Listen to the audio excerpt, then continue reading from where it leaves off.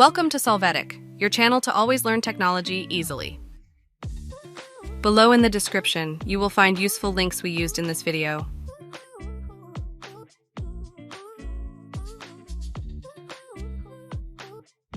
Today at Solvetic, we will see how to share contact in WhatsApp Android. We start by opening WhatsApp and then we enter the chat where we want to send the information. Here, click on the lower attach icon and then click on Contact.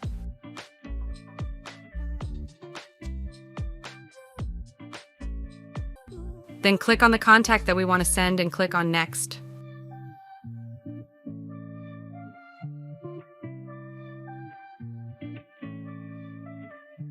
Next, we can choose the contact information and we will finish the sending with the Send button below.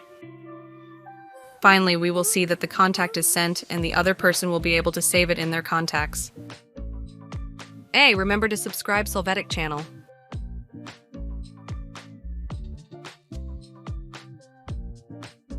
We hope it has been helpful for you. Here are links to watch more videos of your interest and subscribe to the Solvetic channel. Thank you.